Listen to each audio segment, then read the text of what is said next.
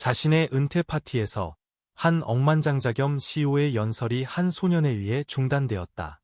이제 회사 일이 끝났으니 저와 시간 보낼 건가요? 그 남자는 말을 멈추고 놀라서 얼어붙었다. 미안하지만 너는 누구니? 그러자 소년의 대답에 모든 하객들이 놀라서 숨을 삼켰다.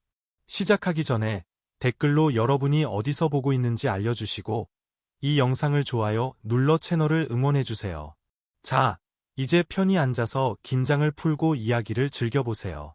서울 한테크 유리타워 최상층의 연회장은 예의 바른 대화들로 북적였다. 의미는 별로 없고 그저 빈 공간을 채우기 위한 대화들. 크리스탈 잔들이 서로 부딪히며 맑은 소리를 냈고 레이터들은 반짝이는 구두 사이를 오갔다. 현악 사중주단은 누구도 진정으로 신경 쓰지 않는 우아한 음악을 연주했다. 그 모든 중심에는 한민재가 있었다. 그가 세운 제국만큼이나 세심하게 단장한 남자였다. 은빛 머리는 매끄럽게 빗겨졌고 턱시도는 날카로웠으며 자신의 위치를 정확히 아는 사람만이 가질 수 있는 차분한 자신감이 풍겼다. 그는 투명한 연단 뒤에 서서 한 손에는 삼페인 잔을, 다른 손으로는 방 안 모든 이의 주위를 붙잡고 있었다. 그의 머리 위로 커다란 스크린이 그의 유산을 끊임없이 보여주었다. 획기적인 기술, 잡지 표지, 대통령들과의 악수, 세계 곳곳에서 웃는 직원들의 모습. 박수가 잦아들자 그는 목을 가다듬고 마이크를 가볍게 두드렸다. 제가 한테크를 시작했을 때 저는 24살이었고 지금 우리 엘리베이터 크기만 한 작은 차고에서 시작했죠. 그가 입을 열자 몇몇이 작게 웃었다.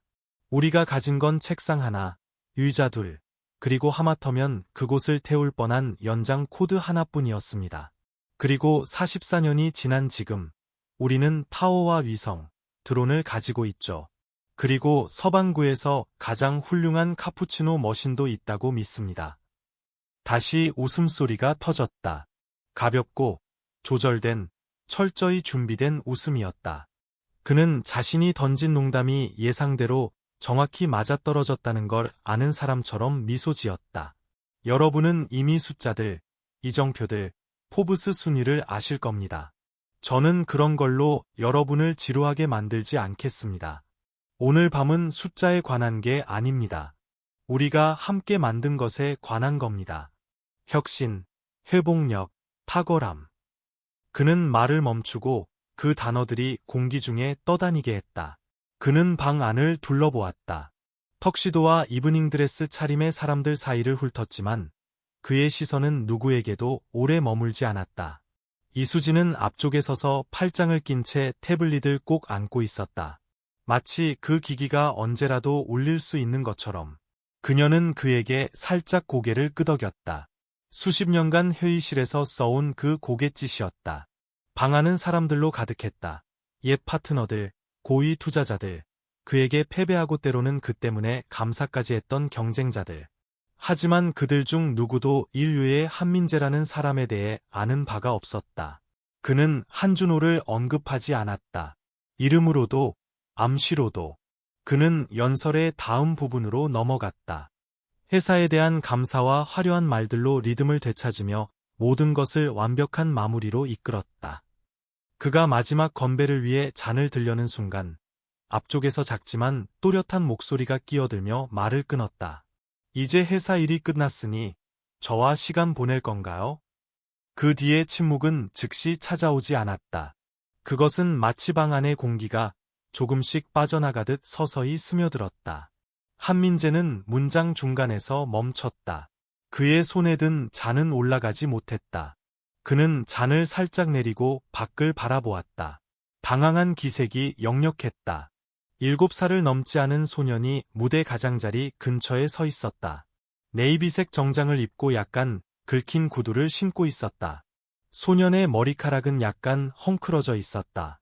누군가가 직접 자르다 중간에 포기한 것처럼. 그는 손에 사진 한 장을 꼭 쥐고 있었다. 사진은 약간 구겨지고 모서리가 접혀 있었다. 한민재가 눈을 깜빡였다. 미안하지만 너는 누구니?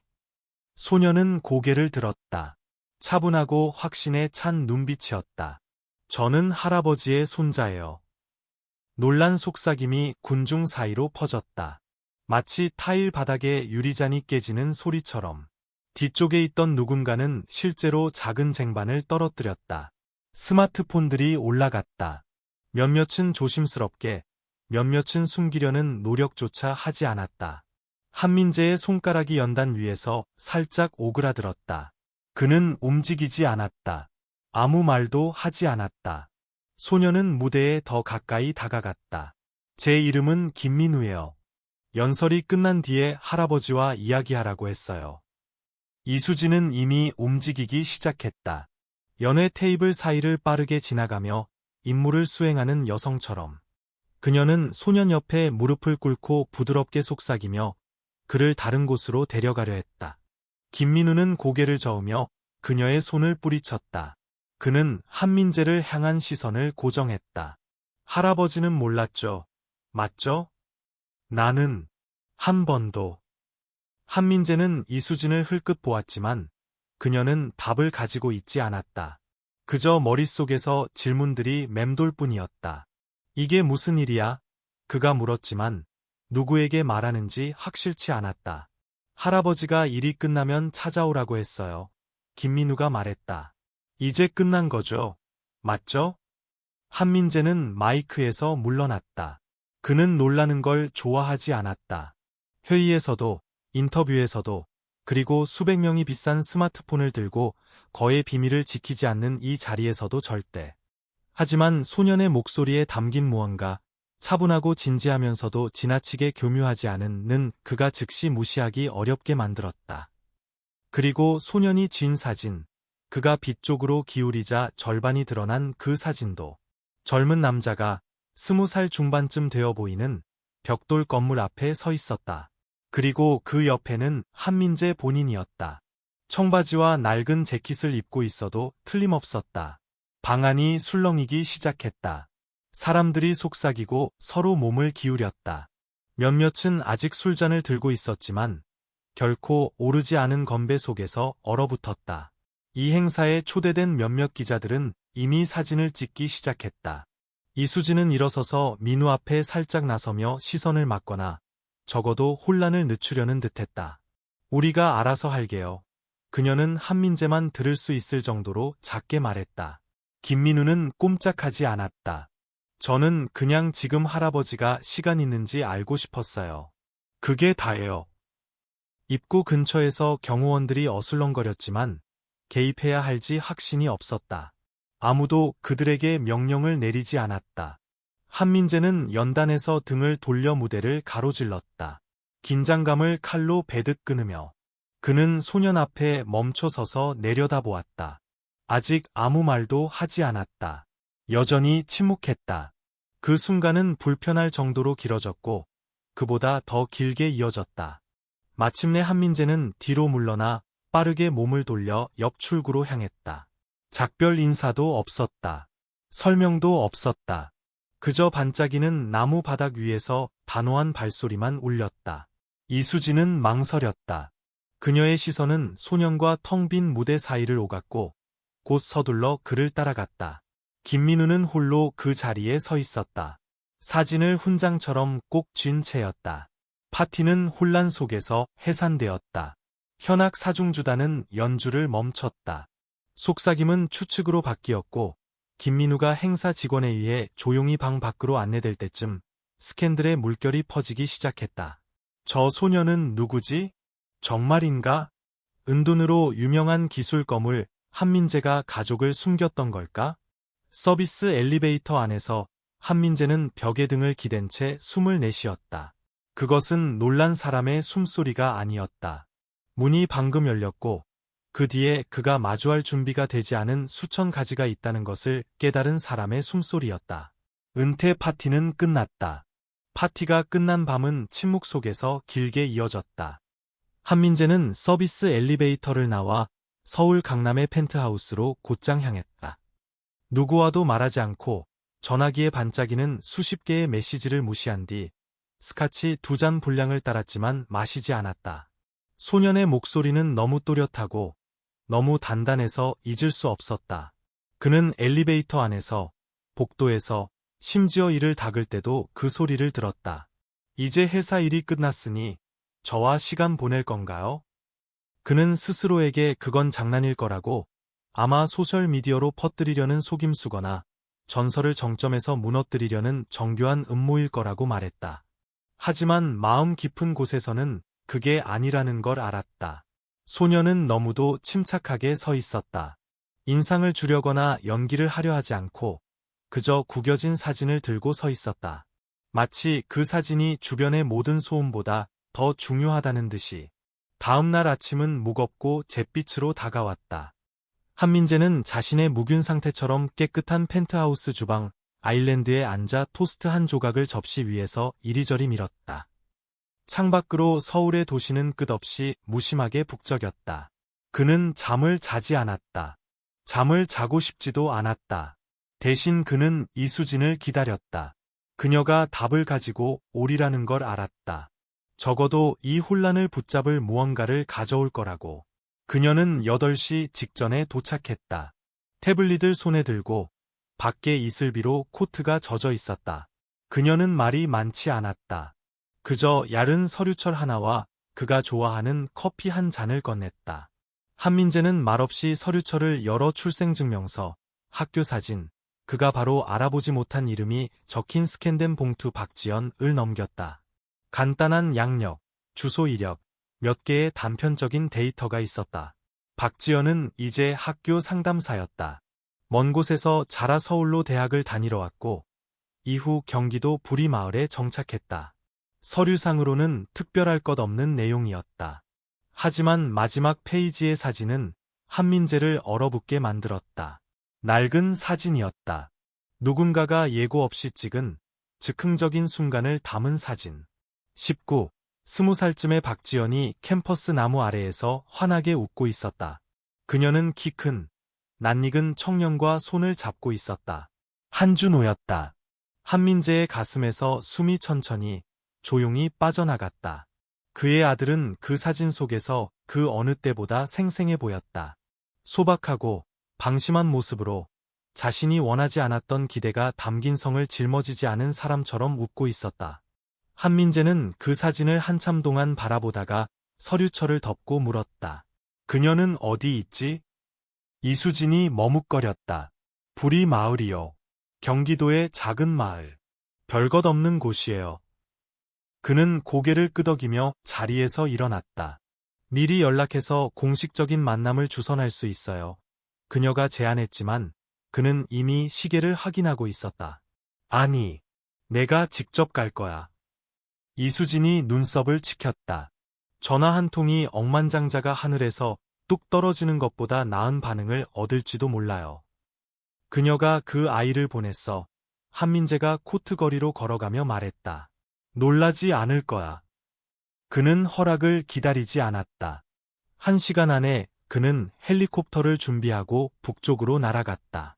서울의 스카이라인을 뒤로 남기며 공중에서 도시는 점차 숲으로, 해안으로, 그리고 나무와 드문드문 흩어진 지붕들로 이어지는 끝없는 구불구불한 길로 희박해졌다. 그 고요함은 한민재를 불편하게 했다. 너무 많은 생각을 하게 만드는 종류의 고요함이었다. 착륙했을 때 마지막 구간을 위해 차가 대기하고 있었다. 집은 소박했다. 2층에 흰색 페인트가 벗겨진 외벽, 현관은 가운데가 살짝 꺼져 있었다. 그는 망설이지 않았다. 오솔길을 올라가 문을 한번 두드렸다. 문은 빠르게 열렸다. 마치 그녀가 기다리고 있었던 것처럼. 박지연은 청바지와 색바랜 스웨트셔츠 차림으로 서 있었다. 머리는 뒤로 묶었고 날카로운 눈빛은 차갑지 않았다. 그녀는 사진 속 모습보다 나이 들어 보였다. 당연한 일이었지만 그녀에게서 여전히 익숙한 무언가가 느껴졌다. 아마 팔짱을 낀 채 방패를 세우는 듯한 자세나 그를 보고 전혀 놀라지 않은 모습 때문일 것이다. 꽤 오래 걸렸네요. 그녀가 말했다. 한민재는 한 번 고개를 끄덕였지만 더 할 말이 없었다. 그녀가 옆으로 비켜섰다. 커피라도 마실래요? 괜찮습니다. 그들은 주방 테이블 맞은편에 앉았다. 공간은 비좁고 따뜻했으며 생활의 흔적이 가득했다. 냉장고에 붙은 종이들, 바닥에 굴러다니는 장난감 소방차, 뚜껑이 열린 시리얼 상자. 그녀는 자신을 위해 커피 한 잔을 따른 뒤 맞은편 의자에 몸을 기댔다. 그래서 그녀가 입을 뗐다. 알게 된 건가요? 그는 방 안을 둘러보았다. 그 아이에게 지시를 남긴 건가요? 당신이 나타날 경우를 대비해서요. 당신이 완전히 은퇴한 것처럼 보일 때만 말해도 된다고 했어요. 한민재는 코로 숨을 내쉬었다. 내가 은퇴할 거라고 생각한 이유는 뭐지? 그녀는 가볍게 어깨를 으쓱였다. 누구나 언젠가는 느려지죠. 그는 대답하지 않았다. 침묵이 길게 이어졌다. 그 아이가 내 아들인가요? 그가 마침내 물었다. 당신 아들요? 그녀는 살짝 고개를 기울였다. 아니요. 한준호의 아들이에요. 당신은 그 아이의 할아버지예요. 한민재 씨, 당신 아들에게 아들이 있다는 걸 몰랐나요? 그는 고개를 저었다. 난 심지어 한준호 소식을 몇 년 동안 듣지 못했어요. 그녀는 그를 관찰하더니 말했다. 그는 찾아지길 원하지 않았어요. 한민재는 그녀의 눈을 똑바로 보았다. 박지연은 시선을 돌리며 커피를 한 모금 마셨다. 그건 당신과 당신이 아직 간직한 그의 모습 사이의 문제예요. 그 대답은 그가 예상했던 것보다 더 아프게 다가왔다. 지금 그는 어디 있지? 그녀의 손가락이 잔을 가볍게 두드렸다. 세상을 떠났어요. 2년 전이에요. 교통사고였죠. 퇴근길이었는데 비가 오고 있었어요. 한민재의 위장이 뒤틀렸다. 그는 의자에 몸을 기대고 허공을 바라보았다. 김민우에게 바로 말하지 않았어요. 당시엔 5살이었죠. 그 일로 꽤 상처를 받았어요. 그녀가 말했다. 그래서 민우가 가족에 대해 얘 할아버지가 없는지에 대해 묻기 시작했을 때 사진 한 장을 보여줬어요. 언젠가 당신을 만날지도 모른다고 했죠. 당신도 그걸 원할 거라고. 한민재는 천천히 두 손을 문질렀다. 나에게 전화할 수도 있었잖아요. 그럴 수 있었죠. 그녀가 고개를 끄덕였다. 하지만 당신이 먼저 떠난 사람이에요. 방 안이 다시 조용해졌다. 그는 찬장 위에 액자들을 보았다. 할로윈 의상을 입은 김민우, 해변에서 민우를 안고 있는 한준호, 머리를 느슨하게 묶고 생일 케이크 옆에 있는 박지연. 난 몰랐어요. 한민재가 말했다. 당신이 몰랐다는 걸 알아요. 만약 알았다면. 당신은 몰랐어요. 그녀가 말을 끊었다. 날카롭지 않게. 하지만 이제 알았잖아요. 그는 그 생각에 한참 동안 앉아 있었다. 그 아이를 다시 만나고 싶어요. 그가 마침내 말했다. 그녀는 잠시 망설이다 고개를 끄덕였다. 좋아요. 하지만 민우는 어린애예요. 프로젝트가 아니에요. 약속도, 인터뷰도, 금박지로 포장된 정기 방문도 필요 없어요. 당신이 함께하고 싶다면 진심이어야 해요. 때로는 엉망이 될 거예요. 민우는 이제 겨우 7살이에요. 가끔 아직도 잠꼬대를 해요. 한민재는 살짝 고개를 끄덕였다. 공평하군요. 박지연은 자리에서 일어나 서랍으로 가더니 작은 그림 하나를 꺼냈다. 그건 김민우가 파티에서 보여줬던 사진의 색연필 버전이었다. 한준호, 한민재, 그리고 김민우가 손을 잡고 있는 모습. 그들 셋은 단 한 번도 같은 방에 있었던 적이 없었다. 단 한 번도. 민우는 이 그림을 침대 옆에 두고 있어요.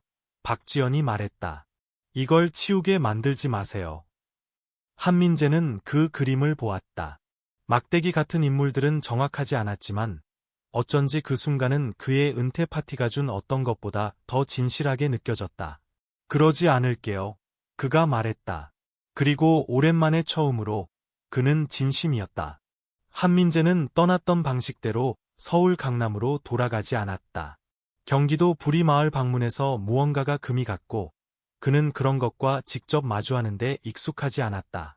박지연은 그에게 완전히 마음을 열지는 않았지만 문을 쾅 닫지도 않았다. 그리고 김민우는 조용한 순간에도 여전히 그를 퍼즐 조각 없는 퍼즐처럼 풀어보려는 듯한 눈으로 바라보았다. 한민재가 떠나기 전 김민우는 방문할 수 있냐고 물었다. 하루가 아니라 진짜 방문이라고 했다. 아마 저도 뭔가 도울 수 있을 거예요. 박지연은 눈썹을 치켰지만 거절하지 않았다. 학교와 전화 통화를 하고 협상을 하느라 일주일이 걸렸다. 초등학교 2학년에게 비공식적인 실무 기회에 대해 의심스러워하던 학교였다. 하지만 결국 그들은 일정을 조정할 수 있었다.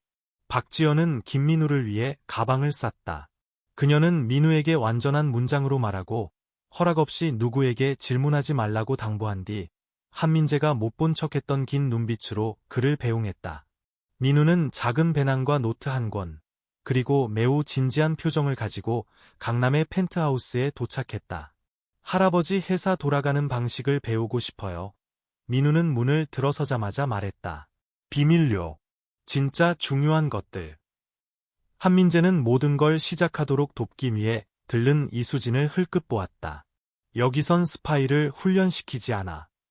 김민우는 펜을 꺼내 2번 클릭했다. 저는 제 물건을 챙겨왔어요.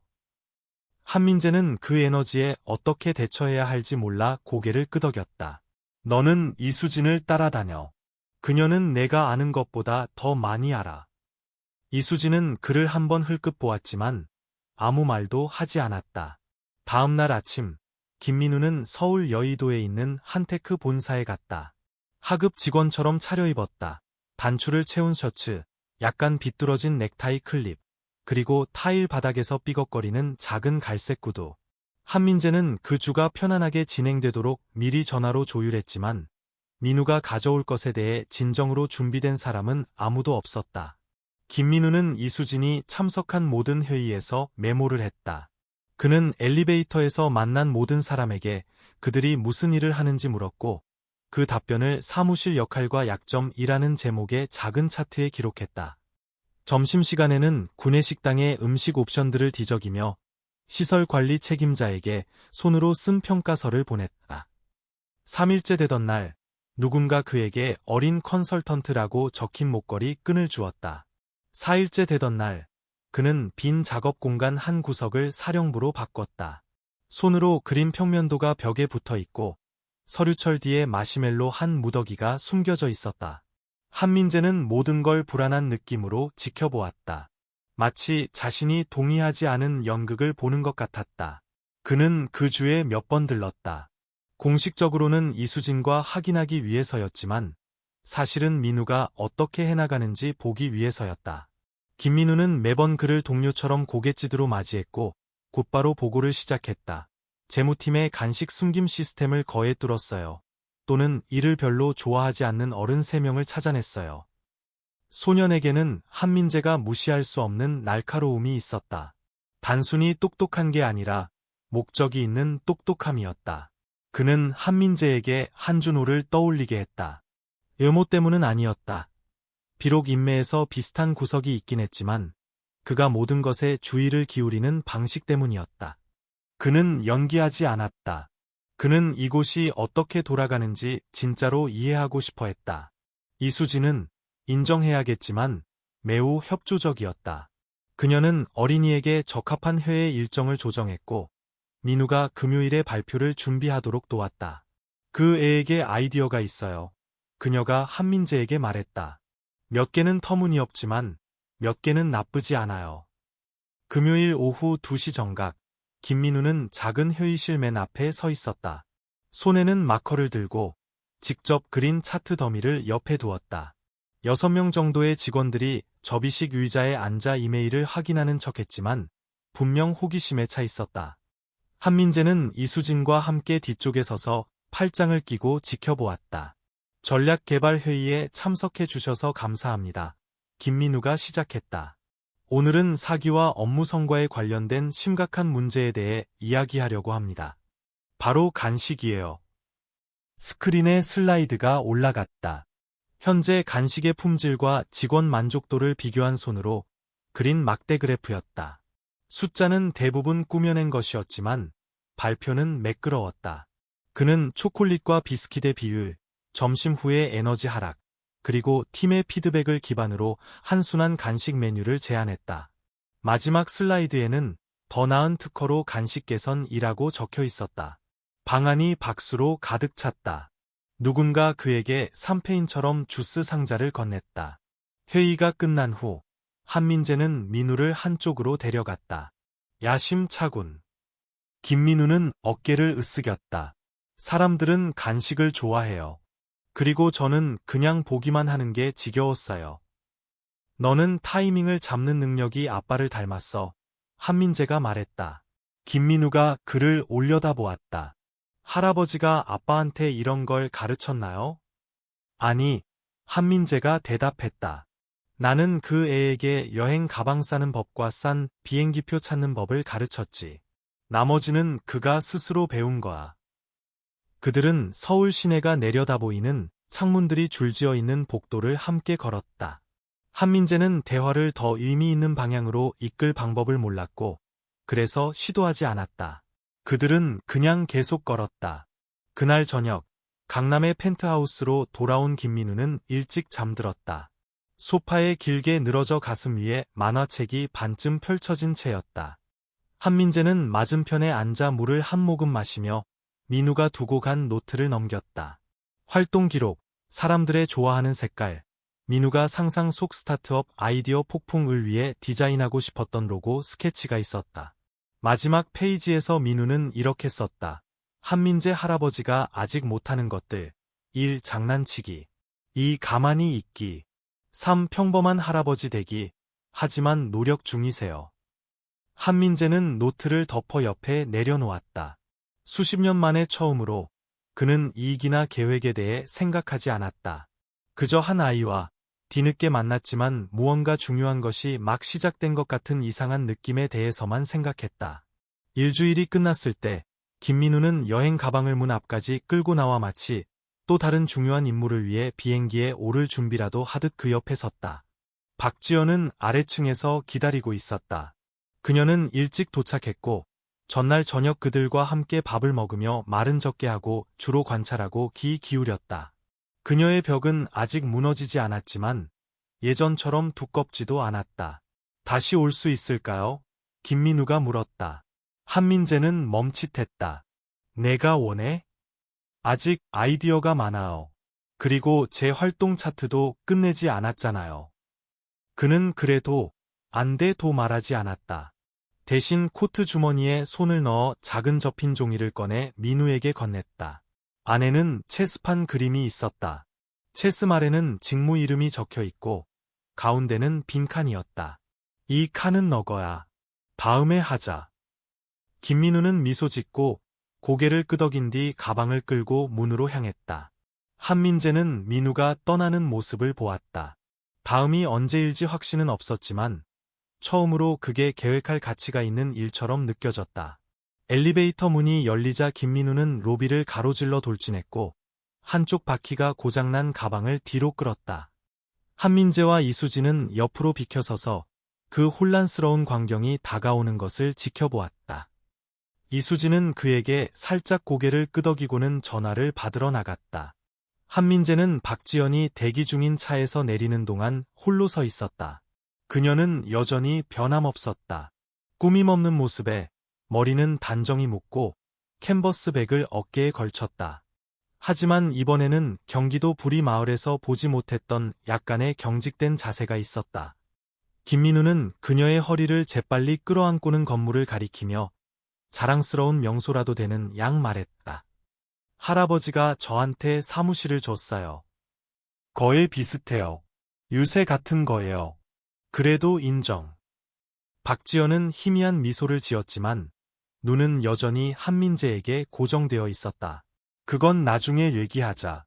들어가서 엄마 기다려. 로비 소파요. 김민우는 짧게 군대식 경례를 하고 달려갔다. 구두가 타일 바닥에서 삐걱거렸다. 민우가 들리지 않는 곳으로 사라지자 박지연은 팔짱을 끼고 한민재를 향해 돌아섰다. 돌려 말하지 않았다.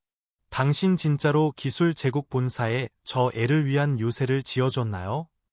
그는 어깨를 으쓱였다. 빈 작업 공간 한 구석일 뿐이에요. 민우가 차지한 거지. 내가 막지는 않았어요. 당신은 자기가 뭘 하는지 몰라요. 진짜로요. 그녀는 목소리를 누그러뜨리지 않았다. 그게 문제예요. 그들은 직원과 호텔 손님들의 흐름을 피해 창문 근처의 조용한 구석으로 자리를 옮겼다. 한민재는 코트 주머니에 손을 찔러 넣었다. 박지연은 여전히 서 있었다. 둘 다 서로를 오래 바라보지 않았다. 내가 이걸 요구한 게 아니에요. 그녀가 말했다. 민우가 당신한테 간 건 내가 허락했기 때문이고, 이제 민우는 당신을 자기 삶의 일부로 생각해요. 이게 민우를 다치게 하지 않을 거란 걸 알아야겠어요. 내가 사라질 생각은 없어요. 당신은 이미 그랬잖아요. 이제야 그는 그녀를 똑바로 보았다. 내가 모든 걸 놓치기로 선택했다고 생각하나? 나는 당신이 보지 않기로 선택했다고 생각해요. 그 말은 그녀가 의도했던 것보다 더 세게 쳤지만 한민재는 바로 반박하지 않았다. 그들 사이의 거리는 움직일 수 없는 장벽 같았다. 한민재는 천천히 숨을 내쉬었다. 난 전혀 몰랐어요. 한마디도. 그건 믿어요. 그녀가 말했다. 하지만 그게 반대쪽에서 느끼는 감정을 바꾸진 않아요. 당신과 한준호는 멀어졌고 당신이 그 거리를 유지했죠. 당신에겐 기회가 있었어요. 내가 고치려고 할 때마다 이미 너무 늦었더라고요. 그래서 나도 시도를 멈췄어요. 그게 아마도 그가 원했던 거라고 생각했죠. 그럴 수도 있죠. 그녀가 말을 이어갔다. 하지만 김민우는 그런 걸 요구하지 않았어요. 그리고 이건 당신이 죄책감을 고치기 위한 두 번째 기회가 아니에요. 난 민우를 이용하려는 게 아니에요. 그럼 증명해보세요. 그들은 그 자리에 서 있었다. 서울 도심의 소음이 유리창 너머로 울렸고 사람들은 마치 중요한 일이 일어나고 있지 않은 것처럼 지나다녔다. 박지연은 캔버스백을 뒤져 설명 없이 접힌 종이 한 장을 꺼내 그에게 건넸다. 그것은 김민우의 학사 일정이었다.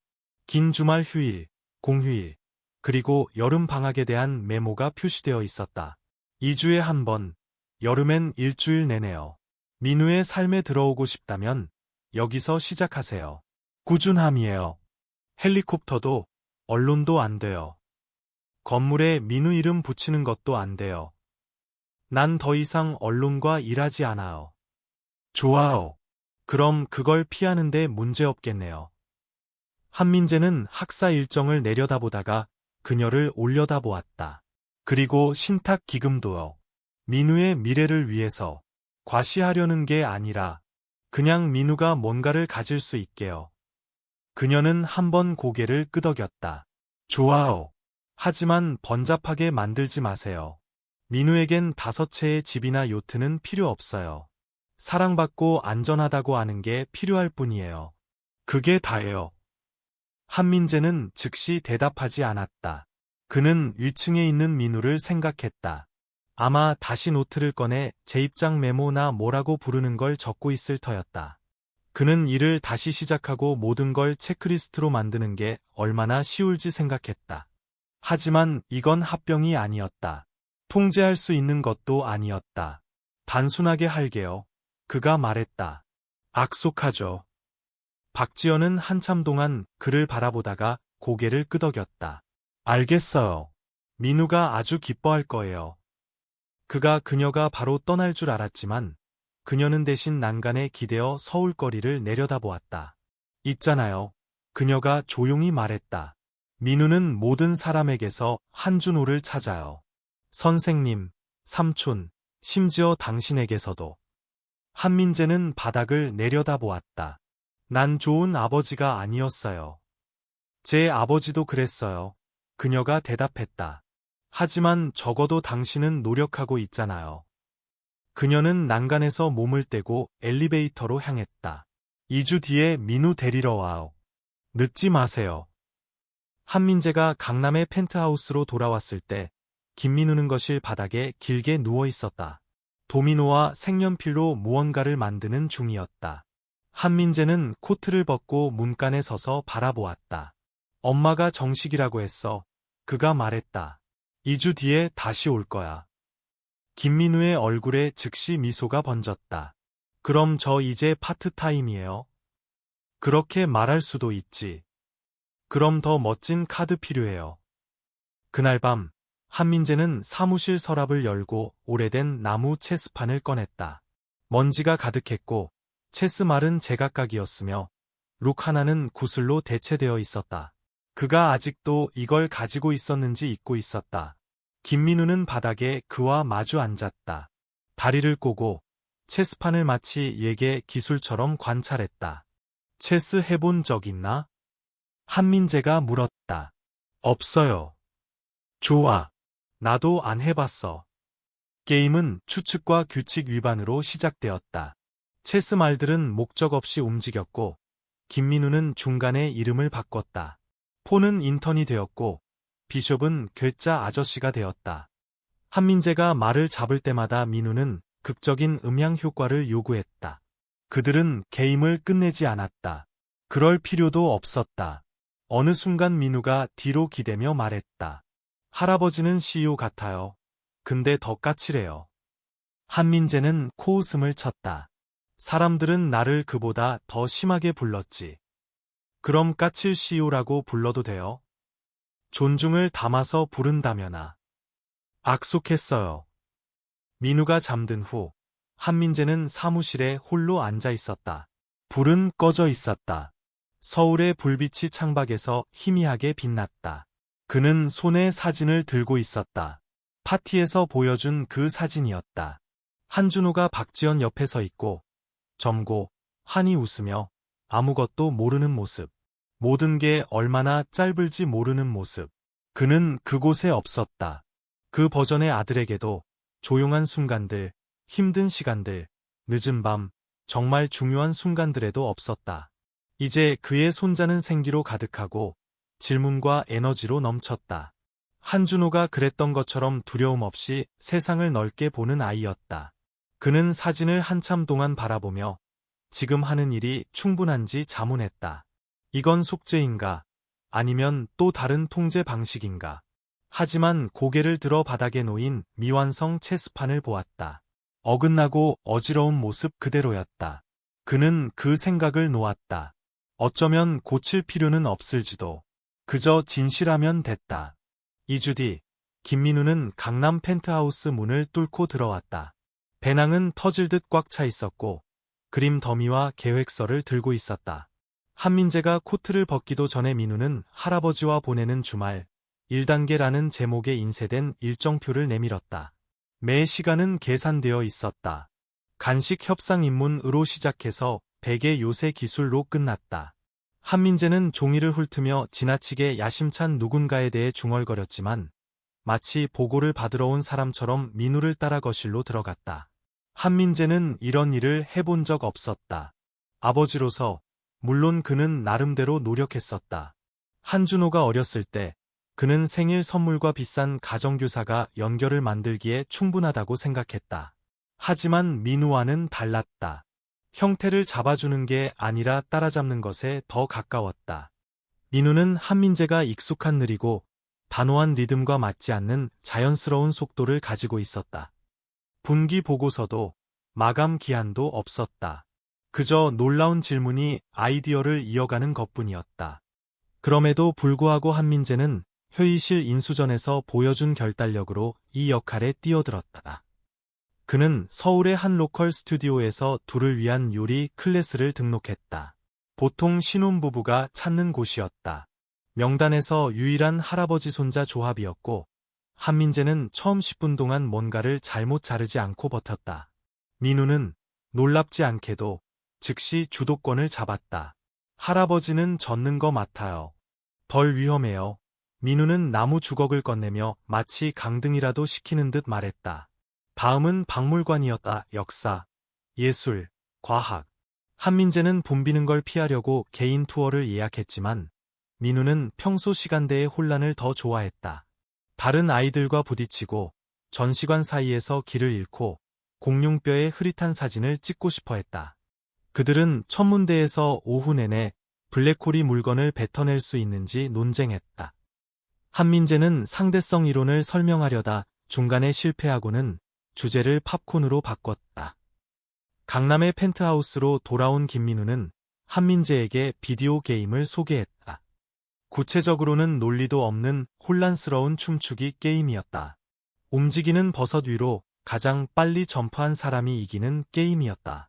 한민재는 화면을 마치 얘의 언어처럼 바라보았고 컨트롤러를 어설프게 다루다 민우가 불쌍히 여겨 기본기를 가르쳐주겠다고 제안할 때까지였다. 그들은 몇 시간 동안 게임을 했다. 결국 한민재가 배운 건 딱 3가지였다. 점프는 생각보다 어렵다. 김민우는 봐주지 않는다. 그리고 리셋 버튼은 우주의 선물이라는 것. 그들은 일요일에 기술 없는 날을 보냈다. 서울 여의도 공원으로 걸어가며 밝은 초록색 연과 터무니없이 비싼 견과류 혼합봉지를 들고 갔다. 한민재는 평화로운 시간을 상상했다. 가벼운 바람, 몇 번의 웃음, 나무들 사이를 여유롭게 거니는 산책. 하지만 현실은 달랐다. 10분 만에 강한 바람에 연이 날아갔다. 민우는 녹아내린 껌을 밟았고 한민재는 사람에게 너무 익숙한 다람쥐에게 쫓겨 달아났다. 어느 순간 민우는 낯선 사람의 신발에 아이스크림을 떨어뜨리고 사과하려고 마시멜로 하나를 내밀었다. 벤치에 앉았을 때 둘 다 숨을 헐떡이고 끈적거렸지만 마치 전쟁에서 살아남은 것처럼 웃고 있었다. 한민재는 뒤로 기대앉아 도움이 안 되는 종이 냅킨으로 셔츠에 녹은 초콜릿을 닦았다. 왜 내가 이걸 하겠다고 했는지 다시 말해줘. 김민우는 벤치 아래에서 다리를 흔들며 활짝 웃었다. 할아버지한테 취미가 필요하니까요. 집에 돌아와 민우는 사무실에 거대한 베개 요새를 쌓았다. 의자는 바닥을 질질 끌렸고 램프는 예고 없이 옮겨졌으며 한민재의 독서 코너는 담요 더미 아래 삼켜졌다. 월요일 아침 이수진이 들어와 그 혼란을 보고 문간에 멈춰 입을 반쯤 벌렸다. 제발 이게 연구 프로젝트라고 말해줘요. 그녀가 말했다. 이건 고급 건축이에요. 김민우가 대답했다. 한민재는 어깨만 으쓱였다. 구조적으로 튼튼해. 이수진은 코를 꼬집으며 책임 문제에 대해 중얼거리더니 돌아섰다. 김민우는 한민재에게 그가 도시 생활의 필수품이라고 여기는 것들을 소개하기 시작했다. 첫 번째는 푸드트럭이었다. 한민재는 수년간 푸드트럭을 지나쳤지만 멈춘 적은 없었다. 너무 위험하거나 혼란스럽다고 생각했기 때문이다. 민우는 그를 여의도 공원 입구 근처의 푸드트럭으로 끌고 가서 양파를 더 얹은 소시지 핫도그 샌드위치를 주문하고 그에게 도전하듯 내밀었다. 한민재는 조심스럽게 한 입 빼어 물었다. 그리고 한 입 더. 3번째 입에 이르러 그는 직접 돈을 내고 자신 몫을 주문했다. 내가 얼마나 많은 세월을 낭비했나. 그가 한 입 빼어 물며 말했다.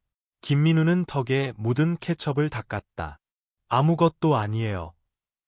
서울의 소음이 잦아들고 TV가 꺼진 조용한 순간들 속에서 한민재는 이야기를 시작했다. 긴 독백이 아니라 조각난 이야기였다. 아침을 먹거나 옷을 개는 중에 흘러나오는 기억들.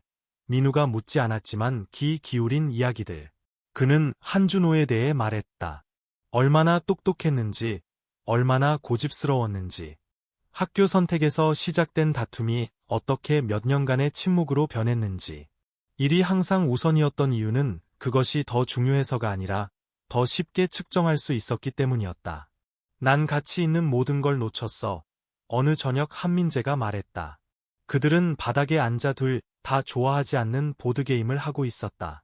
그들이 만든 규칙으로 체스말을 사용했다. 민우는 가짜 돈으로 탑을 쌓았다. 하지만 지금은 여기 있잖아요. 김민우가 말했다. 그거면 됐어요. 그 단순함은 어떤 사과보다 더 강하게 다가왔다. 그날 밤 민우가 베개 요새 속에서 잠들었다. 담요 더미 아래에서 작게 코를 골았다. 한민재는 무릎에 책을 펼쳐놓고 소파에 앉았지만 읽지 않았다. 문득 그는 혼자 웃음을 터뜨렸다. 그날 오후 민우가 가상에 무한 간식 주식회사를 세우고 오렌지 주스 한 잔에 3,000원을 요구했던 기억 때문이었다. 민우는 심지어 영수증까지 썼다. 웃음이 너무 강렬하고 너무 갑작스럽게 터졌다. 한민재는 가슴에 손을 얹고 몇 초간 팽팽히 조여오던 느낌을 누르며 사라지기를 기다렸다. 그는 누구에게도 말하지 않고 자세만 살짝 바꿔 그 순간이 지나가길 기다렸다. 그는 이 순간을 망치고 싶지 않았다. 다음 주말은 팬케이크로 시작되었다. 한민재는 새벽 전에 일어나 김민우를 제대로 된 아침 식사로 놀라게 해주기로 결심했다. 배달 음식도 아래층 가게에서 가져온 것도 아닌 직접 만든 음식으로. 그는 레시피를 2번 확인하고 주방 테이블에 재료를 모두 늘어놓았다. 심지어 민우가 초특급 폭신함을 만든다고 좋아하는 거품기를 찾아냈다. 2번째 달걀을 깨자마자 가슴을 찌르는 통증이 퍼졌다. 마치 누군가 무거운 돌을 던진 것 같았다. 그는 주방 테이블에 몸을 기댔고 곧 지나가길 바랐다. 하지만 그러지 않았다. 이수진이 도착했을 때 한민재는 주방 바닥에 쓰러져 있었다. 한 손에는 여전히 행주를 쥐고 다른 손은 의자 다리를 붙잡고 버티고 있었다. 그녀는 한순간도 망설이지 않았다. 구급차가 호출되고 건물 직원들이 로비를 정리했으며 아직 졸린 김민우는 박지연이 달려와 데려가기 위해 급히 그녀 품에 맡겨졌다. 서울 세브란스 병원은 소독약 냄새와 차가운 공기로 가득했다. 기계들이 규칙적으로 삐 소리를 냈다. 한민재는 의식이 오락가락하며 의사들이 짧은 말투와 피곤한 눈으로 그의 주변을 바쁘게 오갔다. 건강 문제가 이번이 처음은 아니었지만 누군가 그의 얼굴을 똑바로 보며 운이 좋았어요. 다음번엔 그렇지 않을 겁니다. 라고 말한 건 처음이었다. 정신을 완전히 차렸을 때 박지연이 창가 의자에 앉아 있었다. 코트는 무릎 위에 걸쳐져 있었다. 그녀는 바로 말하지 않고 방금 일어난 일을 아직도 처리 중인 듯 그를 바라보았다. 심장 발작이었다고 하더라고요. 박지연이 마침내 입을 뗐다. 더 많은 단어를 썼지만 요약하자면 그렇대요. 오랜 스트레스, 방치, 너무 오랫동안 자신을 몰아붙인 결과죠. 팬케이크를 만들고 있었어요. 한민재가 말했다. 목소리는 신체로 느렸다. 그게 당신 심장이 짊어진 걸 바꾸진 않아요. 그는 고개를 돌려 천장을 바라보았다. 김민우가 봤나요? 아니요. 하지만 알고 있어요. 한민재는 눈을 감았다. 이런 모습으로 보이고 싶지 않았어요. 이제 그건 당신 선택이 아니에요. 박지연이 말했다. 날카롭지 않게. 여기선 당신이 CEO가 아니에요. 민우의 할아버지예요. 그는 반박하지 않았다. 반박할 수 없었다. 진실은 모든 것 위에 무겁게 내려앉았다. 그는 문제를 고치고 빠르게 해결하고 단호한 결정을 내리는데 익숙했다. 하지만 이번엔 그럴 수 없었다. 프레젠테이션도 제출할 계획도 없었다. 너무 오랫동안 무리한 몸과 아버지를 잃은 소년만 있을 뿐이었다. 그날 늦은 오후 문이 삐걱이며 열렸다. 김민우가 낡은 사진을 양손에 꼭 쥔 채 몰래 들어왔다. 파티에 가져왔던 그 사진이었다. 이제 가장자리가 닳았고 가운데 작은 주름이 생겼다. 민우는 낯설고 조용한 이 공간의 규칙을 확신하지 못한 채 방 안에서 멈췄다. 한민재는 미소를 지으려 했지만 완전하지 않았다. 안녕, 그가 말했다. 목소리는 속삭임보다 조금 컸다. 김민우는 처음엔 아무 말도 하지 않았다. 그는 천천히 침대 옆으로 다가가 사진을 쟁반 테이블 가장자리에 놓고 묻지 않고 한민재 옆에 올라와 누웠다. 줄이나 기계는 보지 않고 그냥 그의 옆에 누워 머리를 그의 팔에 기댔다. 세상에서 가장 자연스러운 일처럼. 할아버지가 나을 때까지 기다릴게요. 김민우가 천장을 보며 말했다. 그 뒤에 침묵은 편안했다. 텅 빈 것이 아니라 말하지 않아도 되는 것들로 가득했다. 한민재는 다른 손을 민우의 어깨에 얹고 간호사가 점검하러 올 때까지 그렇게 누워 있었다. 그녀는 조용히 일하며 민우에게 미소 지었지만 떠나라고 요구하지 않았다. 아무도 그러지 않았다. 민우가 박지연과 함께 돌아가고 복도가 어두워진 후 한민재는 이수진에게 오랫동안 생각하지 않았던 물건을 가져다 달라고 부탁했다. 내 오래된 시계, 그가 말했다. 맨 위 서랍, 오른쪽. 그녀는 작은 상자를 들고 돌아왔다. 가죽끈은 갈라졌고 표면은 살짝 긁혔지만 여전히 작동했다. 그는 한테크를 떠난 날 이후로 그 시계를 차지 않았다. 그 시계는 수십 년간 그의 일부였다. 모든 회의, 모든 거래, 모든 연설 속에서 한민재는 시계를 손에 들고 뒤집어 본 뒤 옆 쟁반에 내려놓고 한참 동안 바라보았다. 김민우가 돌아오면 이걸 주고 싶어요. 이수진이 눈썹을 치켰다. 확실해요? 민우는 시간을 좋아해요. 한민재가 말했다. 항상 시간에 대해 물어요. 그게 뭘 의미하는지, 어떻게 쓰는지, 나보다 훨씬 잘 활용할 거예요. 저녁 식사 후 간호사가 조명을 낮췄고, 한민재는 펜과 종이를 요청했다. 그들이 태블릿을 가져왔지만, 그는 손을 내저었다. 그는 잉크가 있는 걸 원했다. 접어서 봉할 수 있는 것. 그는 자신이 얼마나 시간이 남았는지 몰랐다. 며칠일 수도 있고, 더 길 수도 있지만, 말하지 않은 채로 남겨두는 위험을 감수하고 싶지 않았다. 그는 천천히 썼다. 자주 멈추고 천장을 바라보며 정확한 단어를 찾아내듯 했다. 편지는 길지 않았다. 중요한 것만 담았다. 그는 김민우에게 자신이 그를 자랑스럽게 여긴다고 썼다. 용기가 항상 모든 것에 뛰어드는 것만은 아니라고. 가끔은 누군가 옆에 조용히 앉아 있는 것도 용기라고. 그는 자신이 많은 실수를 했다고 인정했다. 그리고 말년의 가장 좋은 일은 은퇴나 투자가 아니라 정장을 입은 소년이 다가와 시간에 대해 묻는 소리에 귀 기울인 것이라고 썼다. 그는 편지를 조심스럽게 접어 앞면에 김민우의 이름을 적고 이수진에게 조용히 지시하며 건넸다. 그러고는 몸을 기대고 담요를 정리하며 방 건너편 좁은 창으로 깜빡이는 서울의 불빛을 바라보았다. 이건 그가 준비했던 결말이 아니었다. 하지만 어쩌면 이건 가치 있는 결말일지도 몰랐다. 세브란스 병원에서 보낸 다음 이틀은 천천히 흘렀다. 시간은 시계로 측정되지 않고 기계의 낮은 잉잉 소리와 간호사의 조용한 발소리로 채워졌다. 한민재에게 좋은 순간들이 있었다. 짧게나마 일어나 앉아서 김민우에 대해 묻고 맞지 않는 농담을 중얼거리며 사람들을 킥킥 웃게 만든 때였다. 그러나 오래가지 않는 순간들도 있었다. 너무 깊이 잠들어 마치 자리에 없는 듯한 때. 그리고 깨어났을 때 무언가가 조금 더 멀어져 있음을 분명히 느낄 때였다. 이수진은 곁에 머물며 일을 처리하고 의사들과 이야기하고 한민재가 끊어 읽어주는 명단에 있는 사람들에게 전화를 걸었다. 옛 동료, 몇 년간 연락하지 않았던 친구들, 심지어 그를 인수하려다 처참히 실패했던 경쟁자까지. 그는 모두가 침대 옆에 오길 원치 않았다. 하지만 그들이 알기를 바랐다. 그게 무언가를 의미해야 했다. 저녁 무렵, 상황이 변했다. 모니터 하나가 평소보다 길게 삐소리를 냈고 간호사들이 이전보다 빠르게 움직였다.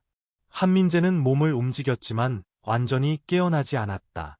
숨소리가 얕아졌다. 당직 의사가 와서 차트를 보고 약을 조정하며 이제 전화할 때라고 조용히 말했다. 박지연은 두 번째 벨이 울리기 전에 전화를 받았다. 그녀는 이미 가방을 챙기기 시작했다. 소파에서 졸고 있던 김민우는 그녀가 병원으로 돌아간다고 말했을 때 아무것도 묻지 않았다. 그저 고개를 끄덕이고 아침 내내 만든 접힌 종이를 집어 배낭에 넣었다. 그들이 서울 세브란스 병원에 도착했을 때 안내 데스크의 간호사가 그들을 바로 안으로 안내했다. 이수진은 이미 방 안에 있었다. 침대 옆에 서서 팔짱을 꽉 끼고 있었다. 방어하려는 게 아니라 자신을 지탱하려는 듯했다. 한민재의 얼굴은 창백했고 평소보다 부드러워 보였다. 마치 모든 것이 서서히 흐려지는 것처럼. 김민우가 먼저 다가갔다. 그는 아무 말도 하지 않았다. 배낭을 뒤져 3번 접힌 카드를 꺼내 담요 위에 부드럽게 놓았다. 앞면에는 진한 색연필로 그린 그림이 있었다.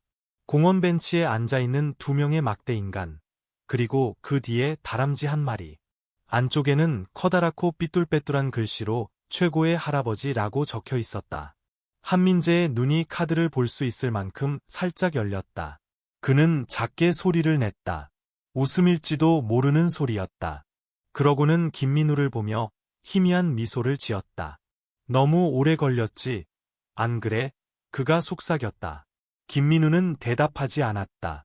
그는 침대 가장자리에 앉아 작은 손으로 그의 손을 잡았다. 박지연은 옆에 앉아 민우의 등을 가볍게 쓰다듬으며 눈물을 참으려 하지 않았다. 이수진은 뒤에 서서 조용히 있었다. 그 후 방 안은 점점 사람들로 채워졌다. 초창기 한테크에서 함께했던 몇몇 낯익은 얼굴들, 그의 가장 오래된 엔지니어, 15년간 만나지 못했던 대학 친구가 나타났다. 아무도 큰 소리로 말하지 않았다. 아무도 이 순간을 본래보다 더 크게 만들려 하지 않았다. 그들은 문 근처에 서 있었다. 몇몇은 눈을 내리깔고 몇몇은 손을 모으고 조용히 지켜보았다. 이수진이 가까이 다가가 침대 난간에 손을 얹었다. 한민재는 그녀를 향해 살짝 고개를 돌렸다. 눈빛은 부드럽고 초점이 느렸다. 그들은 아무 말도 하지 않았다. 그럴 필요가 없었다. 그들의 역사는 긴 시간, 조용한 비행, 수천 개의 과시하지 않는 결정들로 만들어졌다. 그들 사이에 낭만은 없었지만 이 순간 부족한 것도 없었다. 그저 그들이 함께 긴 여정을 걸어왔다는 조용한 인정뿐이었다. 한민재는 다시 김민우와 박지연을 바라보았다. 그의 손이 김민우의 손을 살짝 쥐었다가 느슨해졌다. 기계가 마지막으로 길고 고른 소리를 내더니 완전히 멈췄다. 그리고 정적이 찾아왔다. 처음엔 아무도 움직이지 않았다. 그러다 간호사가 들어와 살짝 고개를 끄덕이고 절차를 시작했다. 박지연은 몸을 숙여 한민재의 이마에 한 번 입을 맞췄다. 김민우는 그의 손을 한동안 더 잡고 있었다. 아직 놓을 준비가 되지 않은 듯했다. 이수진은 밖으로 나가 주머니에서 전화기를 꺼내 쓰다만 메시지를 삭제했다. 장례식은 닷새 후에 열렸다. 정장을 입은 사람들이 모이는 큰 홀이나 교회에서 열리지 않았다. 박지연은 경기도에 있는 아침고요수목원을 선택했다. 도시 동쪽 두 건물 사이에 자리 잡은 공공정원이었다. 몇 년 전 한민재는 겨울 폭풍으로 정원의 절반이 무너진 후 복구를 위해 조용히 기부했었다. 그의 이름이 적힌 표지판도 언론 보도도 없었지만 박지연은 기억하고 있었다. 그녀는 모든 것을 단순하게 유지했다. 언론도 회사에서 나온 공식 연사도 없었다. 접이식 의자 몇 줄, 미리 정리된 좁은 통로, 그리고 글씨가 새겨지지 않은 소박한 나무 상자뿐이었다. 한민재는 장례에 대한 자세한 유언을 남기지 않았지만 그녀는 그가 좋아할 만한 고요함이라는 걸 알았다. 사람들은 초대 없이도 찾아왔다. 한테크에 몇몇 임원도 있었지만 대부분은 주변 사람들이었다. 80년대에 그와 함께 일했던 옛 접수원, 은퇴한 청소부, 멀리서 차를 몰고 온 대학 친구. 그들은 시장 점유율이나 혁신에 대해 말하지 않았다. 그들은 그의 무미건조한 유머 감각, 예상치 못한 친절, 조용한 관대함에 대한 이야기를 나눴다. 김민우는 박지연 옆 맨 앞줄에 앉아 있었다. 한민재가 남긴 한테크의 오래된 시계는 민우의 블레이저 소매 안에 숨겨져 있었다. 그날 밤 이수진이 건네준 이후로 민우는 시계에서 눈을 떼지 않았다. 민우는 또래 아이들이 보통 가지지 않는 조용한 집중력으로 장례식을 지켜보았다. 말할 차례가 되었을 때 아무도 민우가 나서길 기대하지 않았다. 하지만 민우는 일어섰다. 그는 천천히 앞으로 걸어가 구겨진 종이를 펼치고 목을 한번 가다듬었다. 손이 살짝 떨렸지만 종이를 단단히 잡고 한 글자씩 읽었다. 할아버지는 타워를 지었어요. 김민우가 시작했다. 그리고 큰 사무실, 이성, 제가 이해 못하는 것들을요. 하지만 저는 할아버지가 시간을 짓는 방식이 좋았어요. 저와 함께요. 할아버지는 빨리 하지 않았어요. 나무 위 집을 짓는 것 같았어요. 이상한 판자 하나씩요. 우리 한번 팬케이크를 만들었죠. 할아버지는 잘 못했지만 저는 기억해요. 그리고 체스도 했어요. 할아버지는 더 못했지만 그래도 했어요. 민우는 멈추고 종이를 내려다보다가 고개를 들었다. 할아버지는 늦게 오셨어요. 하지만 오셨어요. 그게 다예요. 민우는 종이를 접고 박수나 찬사를 기다리지 않고 자리로 돌아갔다. 경기도 아침고요수목원은 고요했지만 무겁지 않았다. 무언가가 풀려난 듯했다. 의식이 끝나고 사람들이 하나둘 떠나자 정원사가 다가와 박지연에게 가볍게 고개를 끄덕였다. 그녀는 뒷벽 근처의 작은 땅을 가리켰다. 새로 파헤쳐진 흙과 그날 아침 심은 어린 나무가 있었다. 옆에 놓인 표지판은 엽서보다 작았고 이렇게 적혀 있었다. 그가 마침내 만든 시간을 위해. 이름도 날짜도 없었다. 그저 그뿐이었다. 박지연은 한참 동안 그 자리에 서 있었다. 한 손으로 김민우의 어깨를 감싸고 정원은 봄의 기운과 조용한 발소리로 활기찼다. 한때 세상을 야망으로 움직이게 했던 한민재는 마침내 고요함을 찾았다. 그리고 그 고요함 속에서 진실한 무언가가 뿌리를 내렸다. 경기도 부리마을의 공기는 소나무와 축축한 흙 냄새를 풍겼다. 옷에 스며들어 집까지 따라오는 그런 냄새였다. 목재집은 길에서 깊숙이 들어가 마치 영원히 그 자리에 있었던 듯한 나무들 뒤에 숨어 있었다. 집은 소박했다. 단층에 연한 색 목재로 지어졌고 좁은 현관과 호수가 아닌 숲을 향한 창문들이 있었다. 한민재는 은퇴하기 1년 전 이곳을 조용히 샀지만 이수진을 제외하고는 누구에게도 말하지 않았다. 박지연조차 몰랐다. 이곳은 사업을 위한 것도 과실을 위한 것도 아니었다. 한민재가 자신만의 고요한 공간을 만든 방식이었다. 그 무엇도 증명할 필요가 없는 곳. 그는 언젠가 김민우를 이곳에 데려오려 했었다. 다만 그럴 시간이 없었을 뿐이다. 박지연은 문턱에 서서 장례식 후 이수진이 건네준 열쇠꾸러미를 손에 들고 있었다.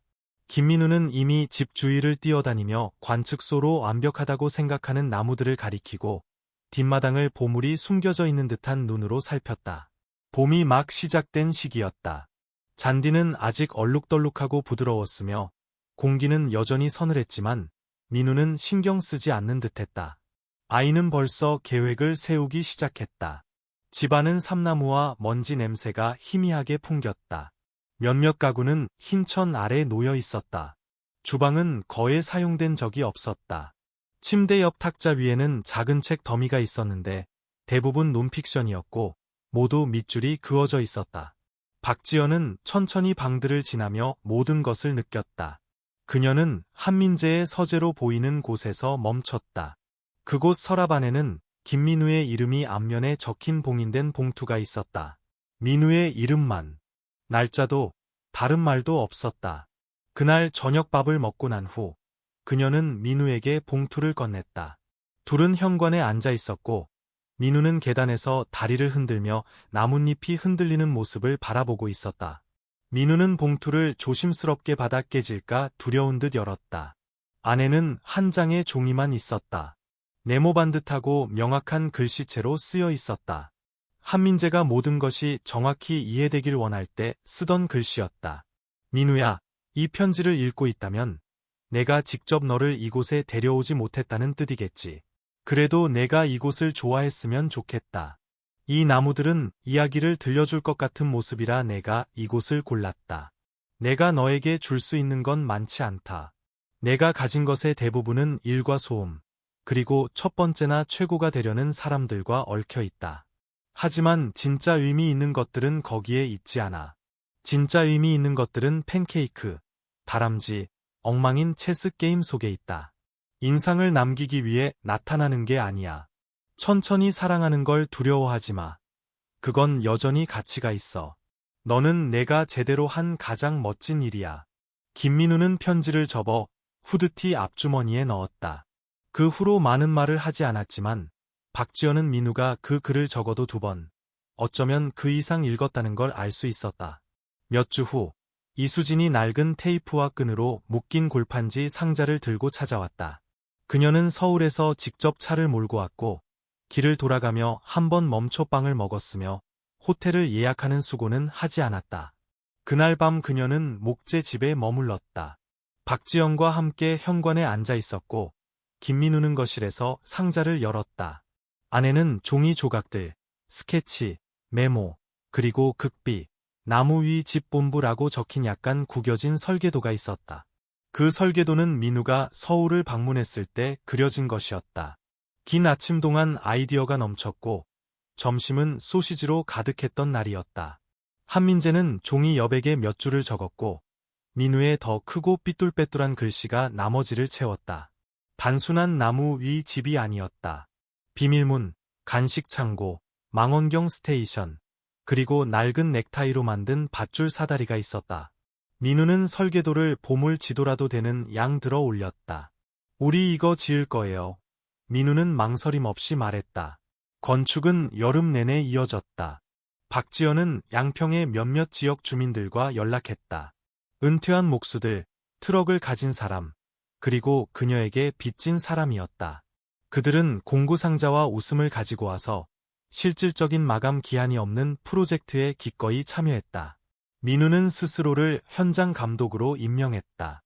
매일 한 테크의 오래된 시계를 차고 시간을 계속 확인하며 점심시간을 알리고 공구를 점검했다. 마치 시간을 추적하는 것이 가장 신성한 임무인 것처럼. 그들이 선택한 나무는 뒷마당 가장자리에 있었다. 가지가 넓고 단단했으며 나무 줄기는 그들이 필요로 하는 것보다 더 많은 것을 견딜 수 있을 만큼 컸다. 프로젝트는 천천히 진행되었다. 그들이 열심히 일하지 않아서가 아니라 누구도 서두르지 않았기 때문이다. 민우는 하루에도 수십 번씩 사다리를 오르내렸다. 샌드위치를 나눠주고 설계도를 5번이나 수정했다. 이수진은 주말에 다시 찾아와 자재를 가져오고 사무실에서 하던 것처럼 민우의 지시를 받는 척했다. 나무 위 집이 점차 형태를 갖춰가면서 또 다른 무언가가 조용히 만들어지기 시작했다. 박지연은 민우가 혼자서 더 자주 흥얼거리는 것을 알아챘다.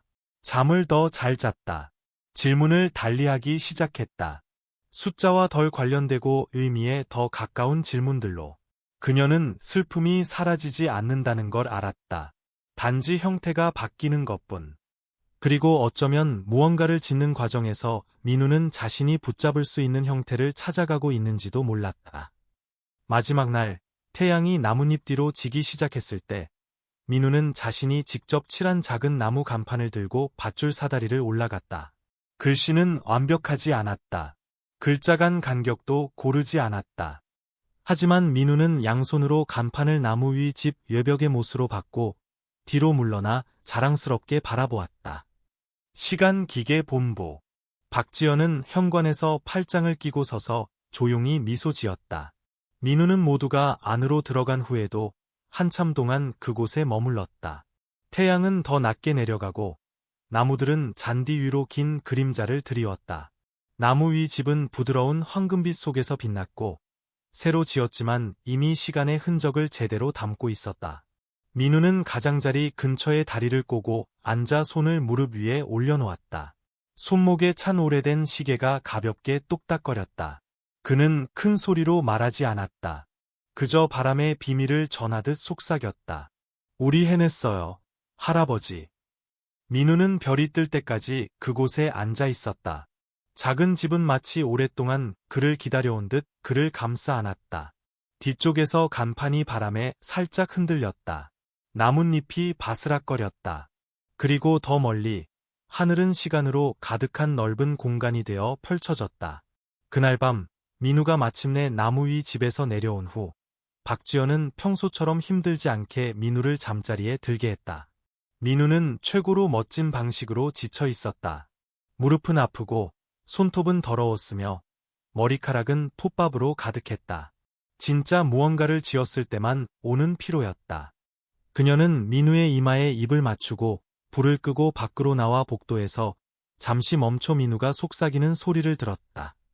아마도 자신에게 어쩌면 한때 한테크타워 꼭대기에 서서 그 모든 것이 무엇을 위한 것이었는지 고민했던 한 남자의 기억에 말하는 것일지도 몰랐다. 정원 밖은 고요했다. 나무 위 집은 어둠 속에 단단히 서 있었고 현관에서 나오는 황금빛과 나뭇잎의 가벼운 바스락거림에 둘러싸여 있었다. 박지연은 계단에 이수진과 나란히 앉아 있었다. 그들 사이에 뜨거운 차 한 주전자가 놓여 있었고 공기는 소나무와 쑥 냄새로 가득했다. 그들은 많은 말을 나누지 않았다. 그럴 필요가 없었다. 그들 사이의 침묵은 무겁지 않았다. 그들을 이곳으로 이끈 것들로 가득했다. 한 소년, 한 할아버지, 그리고 딱 맞게 찾아온 두 번째 기회. 그 후 민우가 깊이 잠들고 밤이 더 깊어졌을 때 박지연은 한민재의 편지를 꺼내 현관 불빛 아래 다시 읽었다. 마지막 줄이 그녀 마음에 가장 깊이 남았다. 천천히 사랑하는 걸 두려워하지 마. 그건 여전히 가치가 있어. 그녀는 편지를 접어 가슴에 안았다. 그리고 오랜만에 처음으로 그녀는 치유가 진실하기 위해 빠를 필요는 없다는 것을 믿어도 괜찮다고 생각했다. 늦게라도 나타나는 것이 여전히 충분할지도 모른다고. 그 후 몇 달 동안 김민우는 나무 위 집으로 계속해서 돌아왔다. 때로는 친구들과, 때로는 혼자. 선반을 더 만들고, 벽화를 그리고, 제대로 작동하지 않는 도르래 시스템을 설치하며 발명가 같은 기분을 느꼈다. 그리고 항상 사다리 꼭대기에는 작은 나무 간판이 기다리고 있었다. 시간 기계 본부. 단순한 요새도, 단순한 프로젝트도 아니었다. 마침내 시간이 제대로 사용된 장소였다.